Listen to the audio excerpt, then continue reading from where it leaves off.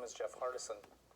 You know, in corporate America today, probably the largest single expense that any business has is its payroll.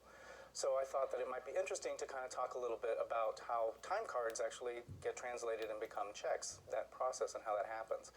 It's actually less complicated than I thought. I had a friend of mine who was a CPA kind of go through the process for me.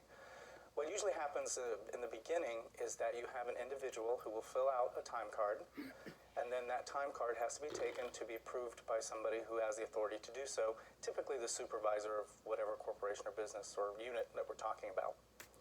After that, then, the time card gets submitted into the accounting department. Now, what the accounting department does at this point is they take the card and then they pull up what they have on the computer. Typically nowadays they use computers. They will pull up a log of all of the employees that work there and match up numbers to ensure that, in fact, the employee is an existing employee, active, because this is one of the first checks that are used in order to prevent someone from trying to embezzle or illegally get money out of a company that they ought not to.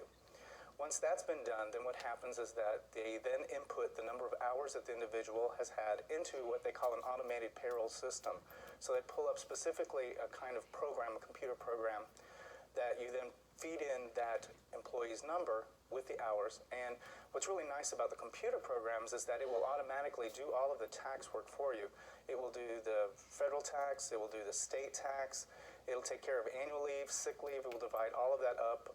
And also if you have situations where perhaps a corporation does different jobs, it will begin to actually compartmentalize which jobs were done by that individual. The reason that's so much nicer now in computers that in the days before computers that actually all had to be figured by hand, you can imagine how much time that would have taken for someone to have to do manually. Once that's been done, then you're basically pretty much ready to go and start printing the checks. What you then do once the information, as I said, has been input, is you then go through and do what's called a first edit. And what that is that you go back and check to ensure that the information you've inputted actually matches what is supposed to be there so that you haven't done something in error.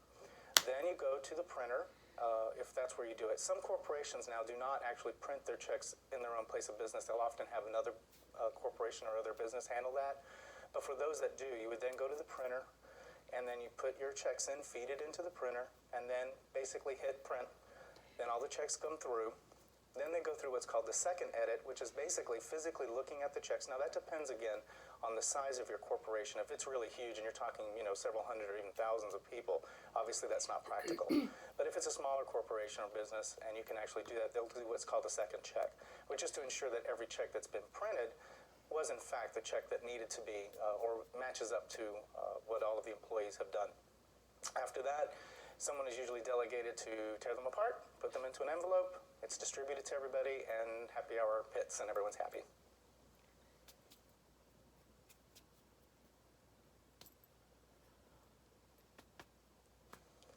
My name is Amber Lunis, and I'm going to